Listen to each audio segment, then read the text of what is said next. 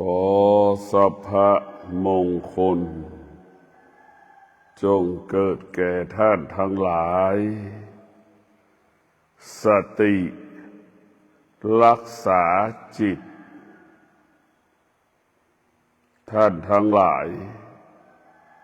สภาพจิตเดิมของเราเหมือนเด็กๆเหมือนหนุ่มสาวแต่พวกเราทั้งหลายลักษณะของเด็กๆเป็นเช่นไรพิจารณาดูลักษณะของหนุ่มสาวเป็นยังไงเรื่องความคิดเรื่องความรู้สึกอยากได้อยากมีอยากเป็นสารพัดความอยากรู้อยากเห็นสภาพหนุ่มสาวสภาพเด็กมันแตกต่างกันอย่างไรเพราะนั้นสภาพจิตเดิมของเรานั้นมันมีแต่คำว่าไม่รู้อยู่ในจิตเดิมก็เป็นผู้ไม่รู้มันจึงเป็นผู้ไม่รู้เราสภาพจิตเดิมนั้นอยู่ใต้อำนาจสิ่งที่เรารู้แล้วสภาพจิตเดิมของเราก็ไปยึดติดสิ่งที่เรารู้สภาพจิตเดิมของเราก็ไปตามรู้เรารู้สิ่งไหนมันก็ไปตามรู้สิ่งนั้นเหมือนหนุ่มสาวนั่นแหละพวกเราทั้งหลายเหมือนหนุ่มสาวอยากรู้อยากเห็นอยากเป็นสารพัดที่มันอยากรู้อยากเห็นอยากเป็นสารพัดที่มันอยากจะไปนู่นไปนี่อยากจะทำนู่นอยากจะทำนี่อยากจะกินนู่นอยากจะกินนี่อยากได้สิ่งนั้นอยากได้สิ่งนี้นั่นคือสภาพจิตของเราเมื่อจิตของเราเป็นผู้ไม่รู้เราก็จะทุกข์เพราะจิตนี่แหละเราทุกข์เพราะจิตเป็นผู้ไม่รู้ลำบากเพราะจิตเป็นผู้ไม่รู้ยากจนเพราะจิตเป็นผู้ไม่รู้อดอยากลำบากขัดสนเพราะจิตเป็นผู้ไม่รู้จิตทั้งนั้นอยู่ที่จิตตัวเดียวพวกเราทั้งหลายเมื่อมันเป็นผู้ไม่รู้จิตเราก็ชีวิตเราก็ตกต่ำลำบากพัฒนาก็ไม่ได้แก้ปัญหาก็ไม่ได้นั่นคือสภาพจิตของผู้ไม่รู้เหมือนคนที่เกิดมายากจนตั้งแต่เกิดจนตายก็ยากจนนั่นแหละจิตเป็นผู้ไม่รู้เป็นเช่นนั้นพวกเราทั้งหลายจิตของเราเมื่อเกิดมาแล้วได้รับการพัฒนาได้รับการอบรมสั่งสอนฝึกฝนอย่างเนืองสืบเนื่องต่อเนื่องจิตของเราก็จะเป็นจิตของผู้รู้เมื่อจิตเป็นจิตผู้รู้จิตผู้รู้ต้องประกอบไปด้วยธรรมทั้งหมดทั้งสิ้นจิตของผู้รู้ต้องประกอบไปด้วยธรรมทั้งสิ้นเช่นจิตผู้รู้จะต้องอาศัยความอดทนเป็นผู้ที่ฝึกฝนจิตผู้รู้ก็อีกคนหนึ่งมาฝึกฝนเราให้เรารู้สิ่งที่ความอดทนมันจะสอนเรื่องความอดทนให้เรานั่นก็เปรียบเสมือนคนหนึ่งคนความอดทนก็อีกหนึ่งคนวิริยะภาคเพียรก็มีอีกคนหนึ่งบอกสอนจิตเราให้เรามีวิริยะภาคเพียรมันก็จะสอนลักษณะของวิริยะภาคเพียรให้เรารู้ยังไงว่าเราจะต้องภาคเพียรเราจะหลุดพ้นได้เราจะมีกินได้เราจะพัฒนาชีวิตเราสำเร็จได้ต้องได้รับการพัฒนาจิตหน้าที่ของสติมันก็จะเป็นอีกคนหนึ่งบอกสอนให้เราเรียกว่าสติได้เป็นอาจารย์ใหญ่สติเป็นอาจารย์ใหญ่ขันติเป็นอาจารย์เล็กวิริยะเป็นอาจารย์เล็กสัจจะก็เป็นอาจารย์เล็กสัจจะมันก็จะสอนเราอีกอย่างนึงในพวกเราทั้งหลายมันก็จะรู้จักหน้าที่ที่มันจะสอนให้มารู้จักหน้าที่ของตนเอง เช่นยามเฝ้าประตูบริษัทมันก็จะรู้เรื่องเฉพาะการไม่ให้บุคคลภายนอกเข้ามาสู่สถานที่ห่วงห้ามนั่นแหละคือจิตที่เราฝึกจะรู้แบบนั้นเหมือนเจ้าหน้าที่พัสดุก็จะรู้จักเก็บวัสดุจะให้เป็นระเบียบให้มันใช้รู้อย่างนั้นจัดระเบียบวัสดุคลุภัณฑ์เหมือนเจ้าหน้าที่เอกสารมันก็จัดระเบียบเอกสารนั่นแหละคือธรรมะแต่ละข้อก็จะเป็นหน้าที่แต่พวกเราทั้งหลายมันจะชำนาญเพราะฉะนั้นเมื่อจิตเราได้รับการฝึกฝนจิตเราได้รับการอบรมจิตของเราจึงเป็นจิตของผู้รู้มันก็จะรู้เรื่องธรรมเป็นหลักก็คือสติสัจจะวิริยะขันติให้เราจะรู้เรื่องธรรมเป็นหลักชีวิตบุคคลใดไม่มีธรรมชีวิตบุคคลผู้นั้นหลงทางหลงผิดคิด100 ครั้งก็ผิดทำการใดๆก็ผิดไม่ได้กำไรขาดทุนตลอดเวลาทำอะไรก็ไม่ประสบความสำเร็จอยู่ตลอดเวลานะพวกเราทั้งหลายจิตของผู้รู้นั้นจะทำอะไรก็ง่ายทำอะไรก็สะดวกทำอะไรก็สำเร็จจิตของผู้รู้ก็จะรู้เรื่องธรรมรู้เรื่องธรรมเอาธรรมของพระพุทธเจ้ามากำกับมากำหนดมาควบคุมธรรมของพระพุทธเจ้าก็คือสติซึ่งมันเป็นหลักของจิตเราเปรียบเสมือนงัวอยู่ในป่าควายป่าหมูป่าม้าป่าสัตว์ที่อยู่ในป่าและจิตเรามันจะเป็นอาการของมันตกใจง่ายกลัวคนง่ายหวั่นไหวง่ายสัตว์ที่อยู่ในป่าในพวกเราทั้งหลายเราไปจับสัตว์เช่นไปจับงัวอยู่ในป่างัวป่ามันก็เกิดอาการพยศเกิดคำว่าพยศมันไม่กลัวอะไรสักอย่างมันแตกตื่นอยู่ตลอดเวลามันก็เกิดอาการสำแดงอาการเราไปจับงัวป่าแล้วเราก็มัดเอาเชือกมามัดคอมันเราก็เอาเชือกมามัดกับหลักจิตเปรียบเสมือนงัว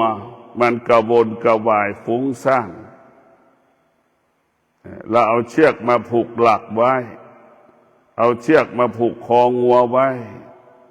เวลางัวเดินสุดเชือกเห็นไหมเชือกก็ดึงงัวกลับมาหาหลักงัวเดินไปสุดเชือก100 ครั้งเชือกก็ดึงงัวมาหาหลักเป็นอย่างเงี้ยครั้งแล้วครั้งเล่าจนถึงที่สุดงัวก็มานอนอยู่กับหลักก็คือสติงัวก็คือจิตจนถึงที่สุดแล้วจิตก็ยึดสติมาเป็นหลักในการอบรมสั่งสอนจิตเมื่อจิตยึดสติจิตนั้นก็จะเป็นจิตของผู้รู้ดังงัวนอนใกล้หลักคุ้นเคยกับหลักฉันใดเมื่อจิตเอาสติจิตนั้นก็จะคุ้นเคยกับสติจิตนั้นก็จะอยู่กับสติจิตจึงให้สติเปรียบเสมือนแม่จิตจึงให้สติเปรียบเสมือนอาจารย์จิตจึงให้สติและเปรียบเสมือนพระพุทธเจ้าจิตให้สติเปรียบเสมือนอาจารย์คอยอบรมสั่งสอนดูแลจิตนั้นเปรียบเสมือนแม่ดูแลสติเปรียบเสมือนแม่ให้สตินั้นดูแลลูกจิตเปรียบเสมือนลูกสติเปรียบเสมือนลูกศิษย์สตินั้นเปรียบเสมือนนักเรียนจะต้องมีครูอาจารย์มาอบรมสั่งสอนแนะนำให้เรารู้เรื่องวิชาความรู้ต่างๆมันจึงเกิดคำว่าสติดึงจิตสติควบคุมจิต สติกำหนดจิตสติกำกับจิตจิตนั้นจะบรรลุเป้าหมายได้เมื่อจิตนั้นมีสติจิตนั้นจะบรรลุเป้าหมายได้เมื่อจิตนั้นมีสติดังเช่นเรานั่งสมาธิจิตเรามีสติเราก็นั่งตัวตรงเรานั่งตัวตรงนั่งจิตมีสติเมื่อจิตมีสติจิตมันก็จะบังคับให้เรานั้นมีสัจจะต้องนั่งครบ30 นาทีถึงจะขยับเท้าขวาเท้าซ้ายต้องนั่งครบ30 นาทีนะเธอถึงจะขยับมือขวามือซ้ายเธอจะต้องนั่งครบ30 นาทีได้นั่งตัวตรงเธอจะต้องนั่งครบ30 นาทีถึงจะลืมตาอย่างนี้สติมันถึงมาเตือนจิตเตือนให้เราให้มีสัจจะทำตามสัจจะสัจจะก็เปรียบเสมือนครูบอกไหนบอกว่า30 นาทีเนี่ยสติมันก็จะบอกกันเตือนจิตอีกแล้วว่ายังไม่ครบนะจะขยับตัวนะจะขยับมืออย่าลืมตานะระหว่างที่ร่างกายมันเจ็บปวดระหว่างที่จิตมันเกิดอาการอึดอัดหงุดหงิด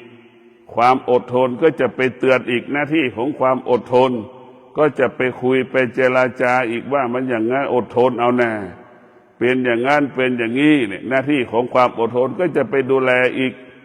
พออดทนไม่ได้ไม่ไหวอีกเอาหน้าที่วิริยะภาคเพียรก็ไปคุยไปเจรจาอีกมันก็จะไปบอกอีกเรื่อยๆจนถึงที่สุดจิตมันก็จะฟังฟังแล้วก็ทำตามจึงเกิดว่าสติกำกับจิตสติกำหนดจิตสติควบคุมจิตสติก็ประกอบไปด้วยความอดทนวิริยะภาคเพียรและสัจจะมันจึงเกิดคำว่าสำเร็จในการนั่งสมาธิทุกวันทุกวัน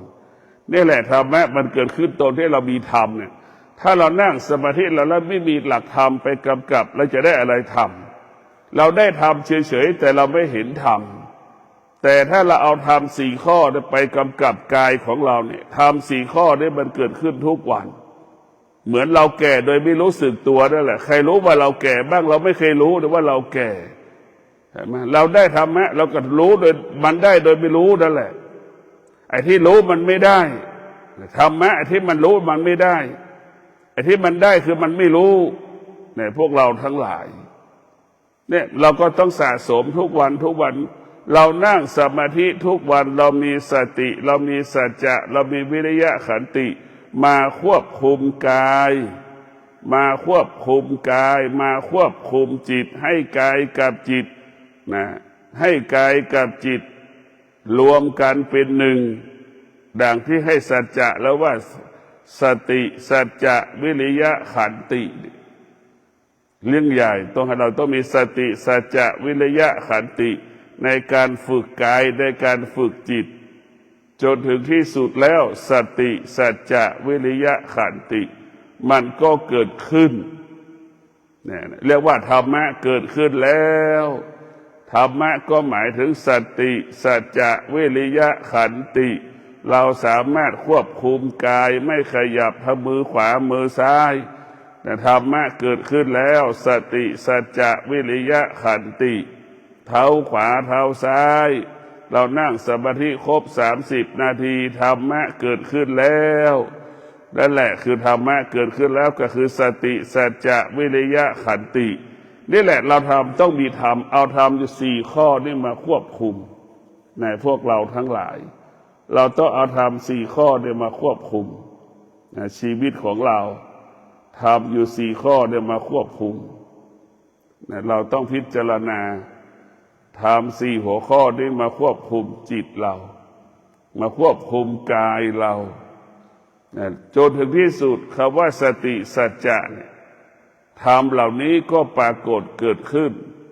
เราภาวนา10 ครั้งเราก็ได้ทำ10 ครั้งเราภาวนา100 ครั้งเราก็สำเร็จ100 ครั้งเราภาวนา1,000 ครั้งนั่งสมาธิเดินจงกรมเราก็สำเร็จทุกครั้งที่เรานั่งสมาธิเพราะเรามีธรรม4 ตัวก็คือสติสัจจะวิริยะขันติ เช่นเดียวกับชาวบ้านชาวโลกประกอบอาชีพปฏิบัติหน้าที่ก็เอาสติสัจจะได้ละไปประกอบอาชีพไปปฏิบัติหน้าที่ในพวกเราทั้งหลายใช้สติใช้สัจจะใช้วิริยะใช้ขันตินี่แหละไปกระฝึกฝนอบรมฝึกฝนอบรมจิตฝึกฝนอบรมกายจนถึงที่สุดไปประกอบอาชีพใดๆก็ประสบความสำเร็จจะคิดสิ่งใดทำการใดก็ประสบความสำเร็จเพราะฉะนั้นความสำเร็จมันค่อยๆสะสมเหมือนเราตักน้ำใส่ในเต็มแก้วแล้วแหละตักน้ำใส่ในขวดแล้วแหละช้อนเล็กๆเราตักไปช้อนเล็กๆน้ำกาแฟช้อนกาแฟง่ายๆเราเอาช้อนกาแฟตักน้ำใส่ขวดนั่นแหละมันค่อยๆตักไปเรื่อยๆจนถึงที่สุดน้ำก็เต็มขวดพอน้ำเต็มขวดเราเอาน้ำไปใส่ตู้เย็นเห็นไหมน้ำความเย็นก็เริ่มสะสมในน้ำอีกธรรมะเราก็ได้ค่อยๆได้แบบเมื่อไหร่สะสมสั่งสมเหมือนเอาน้ำใส่ในตู้เย็นจนถึงที่สุดน้ำกลายเป็นเม็ดน้ำแผ่นน้ำแข็งแก้วแล้วเป็นเม็ดน้ำแข็งเป็นเกล็ดน้ำแข็งเป็นจนถึงที่สุดน้ำก็เป็นก้อนน้ำแข็งจนไม่มีน้ำกลายเป็นก้อนน้ำแข็งนั่นแหละพวกเราทั้งหลายธรรมะก็เป็นเช่นนั้นแหละผู้บรรลุธรรมทั้งหลายก็เป็นดั่งก้อนน้ำแข็งนั่นแหละสภาพจิตก็ดีสภาพกายก็ดีเป็นดั่งก้อนน้ำแข็งนะพวกเราทั้งหลายเราจะต้องมีสติในการควบคุมจิตนั้นเป็นผู้ไม่รู้เป็นเบื้องต้น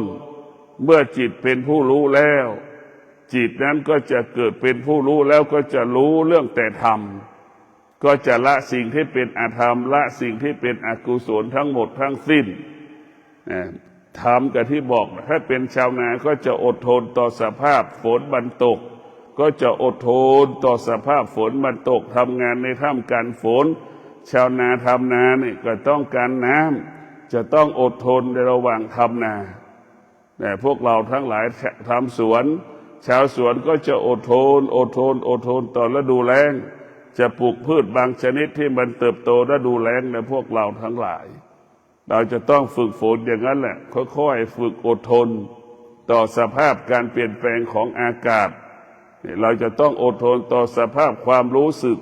ที่เราจิตมันรู้สึกว่ามันร้อนเหมือนอึดอัดหงุดหงิดเราก็ใช้ความอดทนไปควบคุมจิตใช้ความวิริยะภาคเพียรไปควบคุมจิตให้สติมันไปควบคุม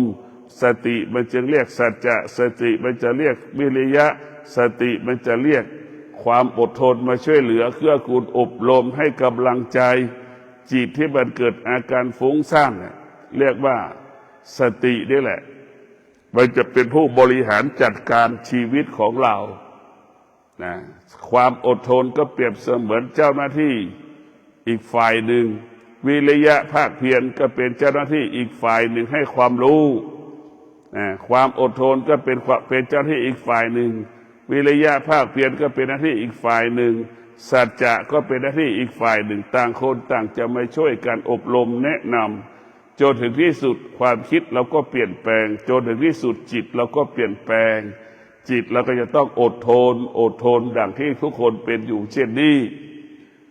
เรามาดูจิตที่เป็นผู้รู้หากจิตนั้นไปประกอบอาชีพอะไรก็ประสบความสำเร็จ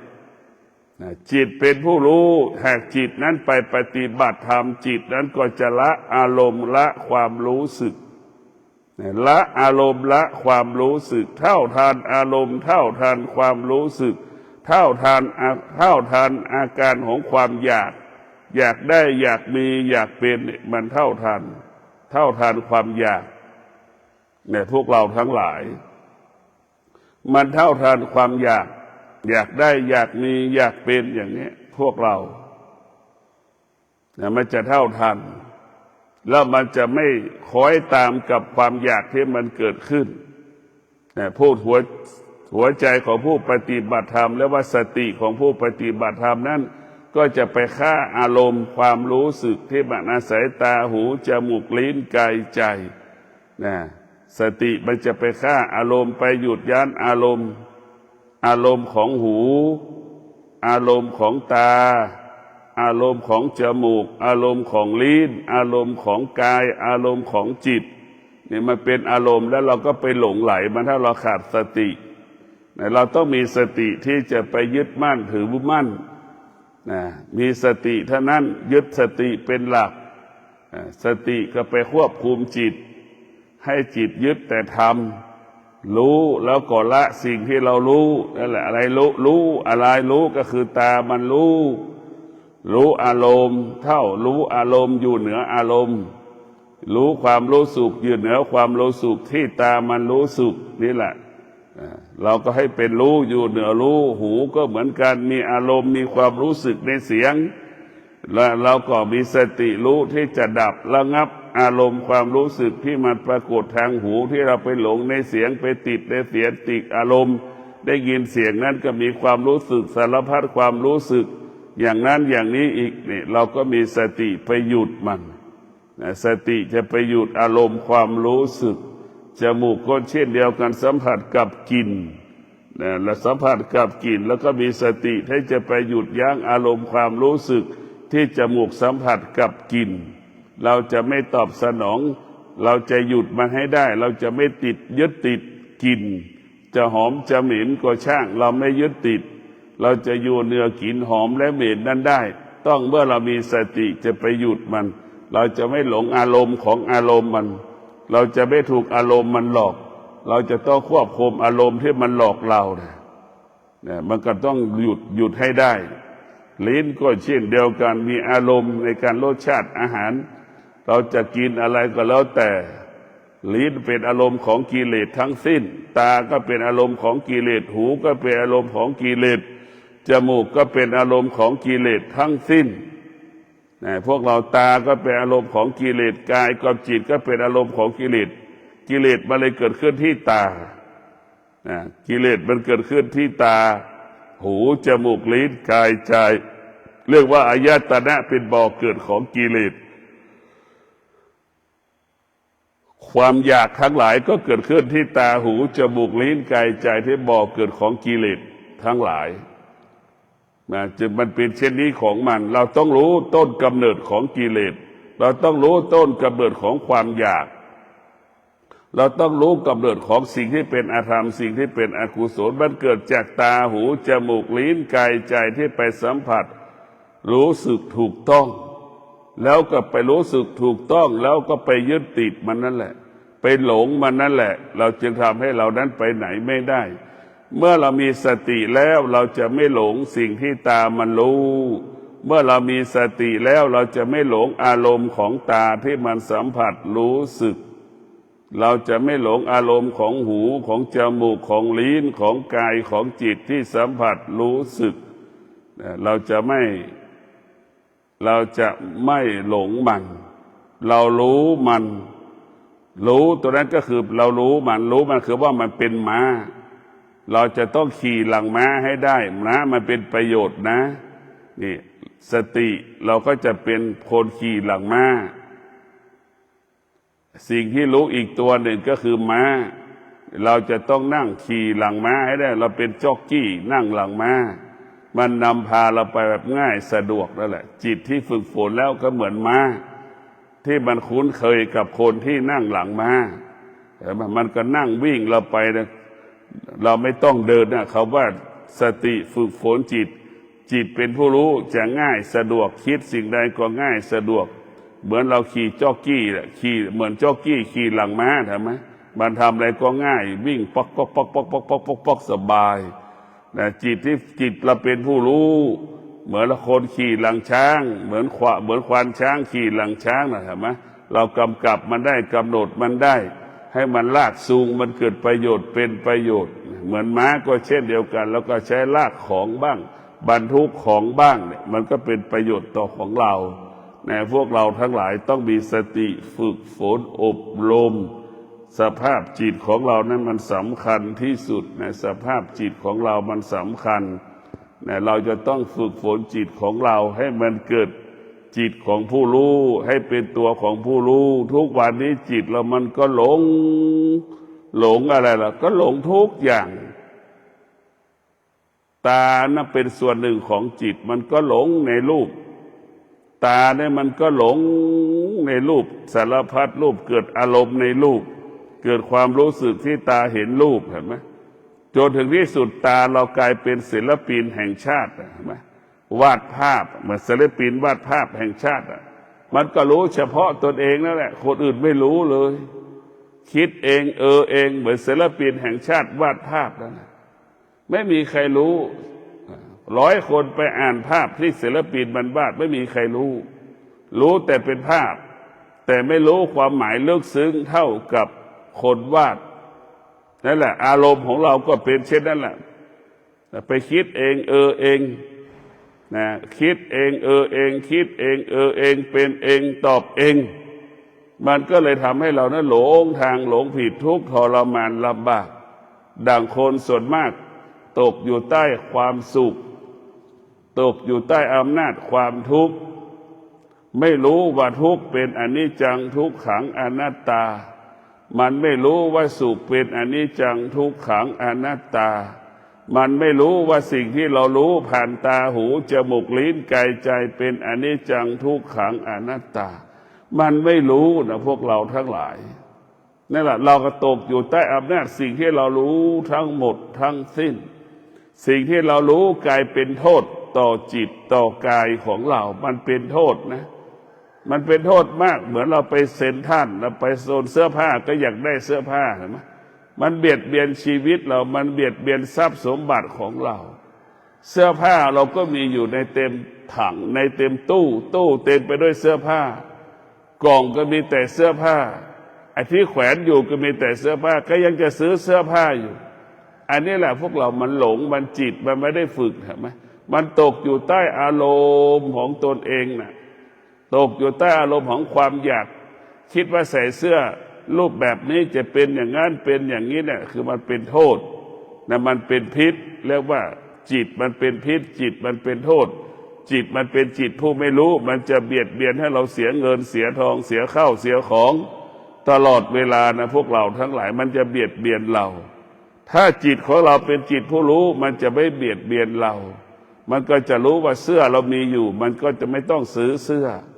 เมื่อเราไม่ซื้อเสื้อเราก็ไม่ต้องใช้เงินเมื่อเราไม่ใช้เงินเราก็มีเงินเห็นไหมเราก็มีเงินเงินก็มีให้เราเก็บเราก็สามารถเก็บเงินได้นี่แหละพวกเราทั้งหลายเราจะมีเงินได้ต้องมีสติอาศัยสตินี่แหละเป็นผู้สะสมสั่งสมนะสะสมสั่งสมเงินน่ะเหมือนเราเอาเงินไปฝากไว้ในแบงก์นั่นแหละเรามีสติ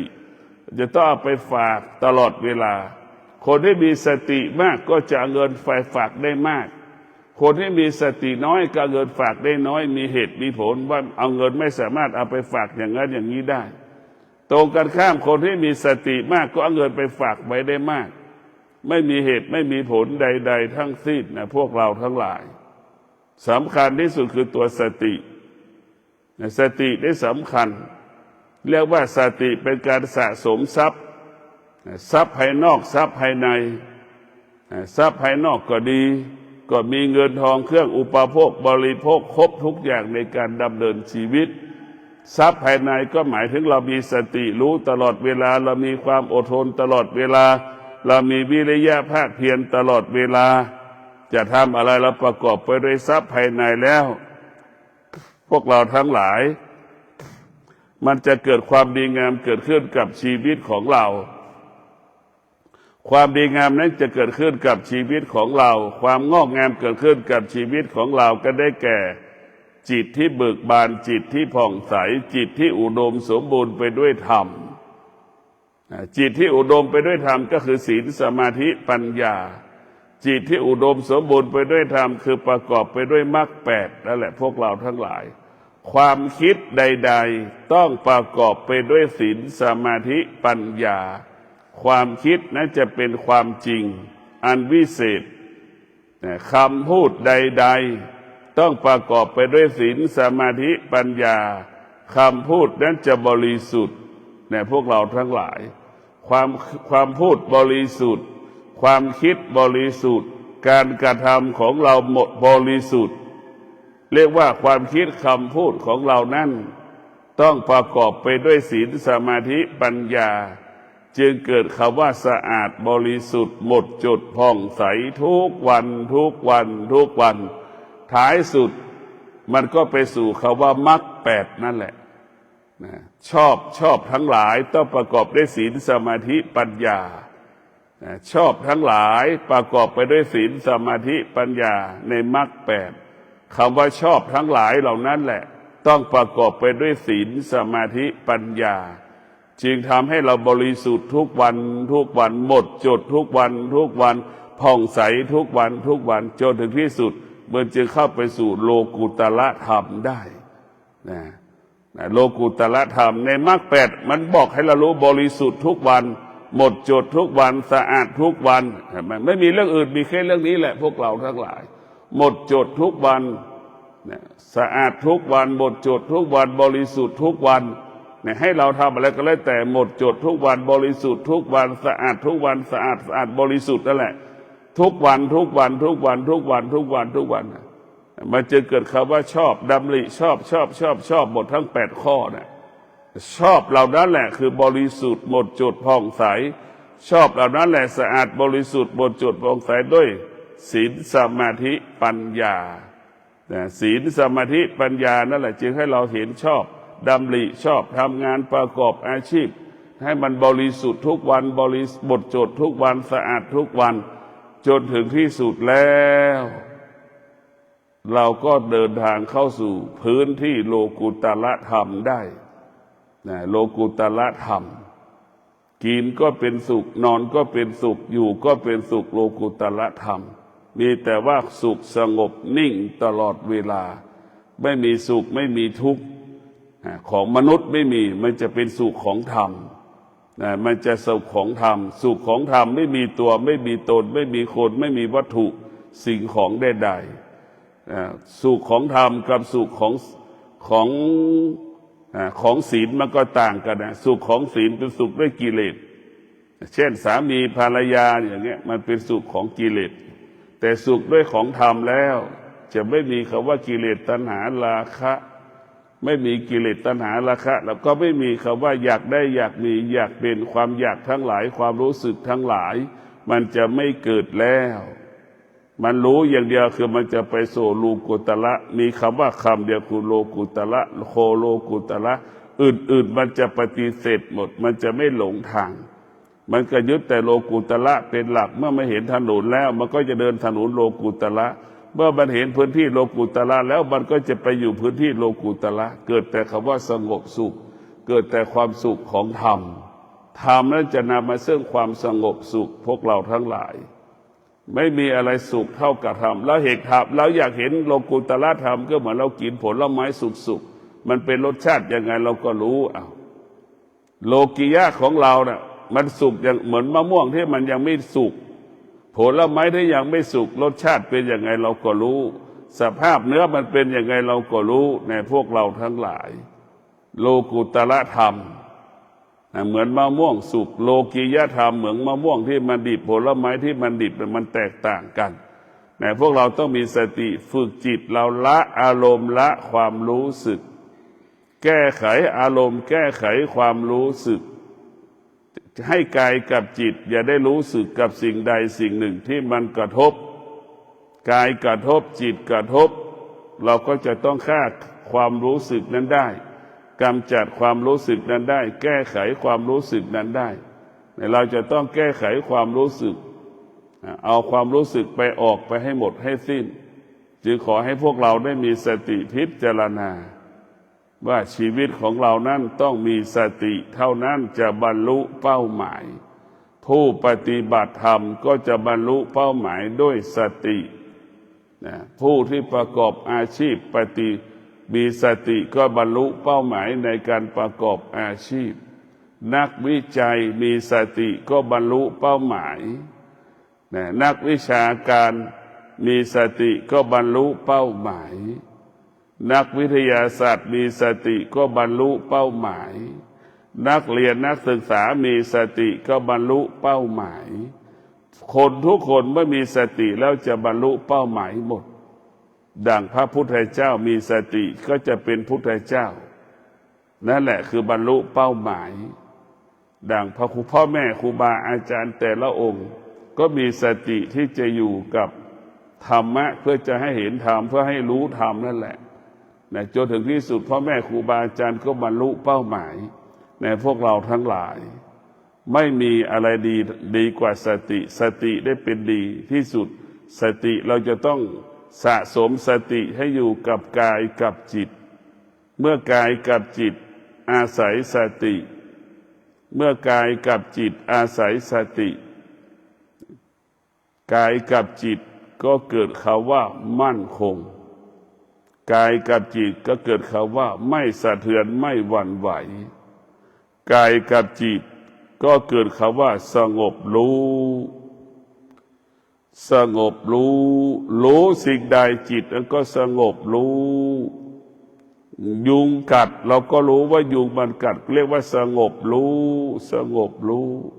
เจ็บก็รู้ว่ามันเจ็บปวดก็รู้ว่ามันปวดไม่เรียกว่าสงบรู้ทุกอย่างรู้และอยู่เหนือรู้นั่นแหละพวกเราทั้งหลายรู้และอยู่เหนือรู้นะรู้ตัวนั้นก็คือสติรู้ว่ามันปวดขณะที่เรานั่งสมาธิเราก็อยู่เหนือสิ่งที่เรารู้ว่ามันเจ็บปวดว่ามันไม่เที่ยงเราก็รู้ทุกอย่างสิ่งที่เรารู้มันสรุปแล้วว่าสิ่งที่เรารู้มันไม่เที่ยงสิ่งที่เรารู้มันไม่เที่ยงแต่เมื่อจิตมันเข้าถึงคำว่าคำไม่เที่ยงแล้วทุกอย่างมันก็จะหลุดพ้นไปโดยอัตโนมัติถ้าจิตมันไม่รู้คำว่าไม่เที่ยงจิตแล้วก็ไม่มีทางคำว่าหลุดพ้นเพราะฉะนั้นพวกเราทั้งหลายทุกอย่างมันไม่เที่ยงตั้งแต่เส้นผมของเราเนี่ยมันก็ไม่เที่ยงผมเราเคยดกเคยดำเดี๋ยวนี้มันก็ขาวมันก็ห่างเห็นไหมนั่นแหละคือมันไม่เที่ยงเนี่ยมันไม่เที่ยงตาของเราเคยเห็นความชัดเจนเดี๋ยวนี้ตาเราก็ฝ้ามัวมองตัวหนังสือเล็กๆก็ไม่เห็นนั่นแหละว่านั่นแหละคือพวกเราทั้งหลายมันไม่เที่ยงหูได้ยินปกติได้ยินชัดแล้วนี้เริ่มได้ยินบ้างไม่ได้ยินบ้างนั่นคือความว่าไม่เที่ยงมันเกิดเนี่ยพวกเราทั้งหลายคำว่าไม่เที่ยงมันเกิดเนี่ยเรามีสติสัจจะวิริยะขันติแล้วนี่เราก็จะอยู่เหนือคำว่าไม่เที่ยงเนี่ยสติสัจจะวิริยะขันติจะให้เราอยู่เหนือคำว่าไม่เที่ยงให้เรารู้สิ่งคำว่าไม่เที่ยงเนี่ยเมื่อเรามีสติสัจจะวิริยะขันติแล้วมันจะพยุงเราให้อยู่เหนือปัญหาและในเหตุการณ์ต่างๆก็ขอให้ท่านทั้งหลายมีสติตื่นรู้ทุกลมหายใจมีสติตื่นรู้ทุกนาทีมีสติตื่นรู้ทุกชั่วโมงมีสติตื่นรู้ทั้งวันชีวิตเราบรรลุเป้าหมายพวกเราทั้งหลายเมื่อเรามีสติตื่นรู้เราจะอยู่เหนือสิ่งที่เรารู้เรามีสติตื่นรู้เราจะไม่ยึดติดสิ่งที่เรารู้เรามีสติตื่นรู้สิ่งที่เรารู้มันไม่เที่ยงสิ่งที่เรารู้มันไม่เที่ยงก็ขอให้ท่านทั้งหลายมีสติในการดำเนินชีวิตประกอบอาชีพใดๆก็ขอให้ชนะขอให้สำเร็จขอให้สำลิดผลขอให้ท่านทั้งหลายมีสติสัจจะวิริยะขันติในการดำเนินชีวิตเราก็ปกติตลอดการขอเจริญพร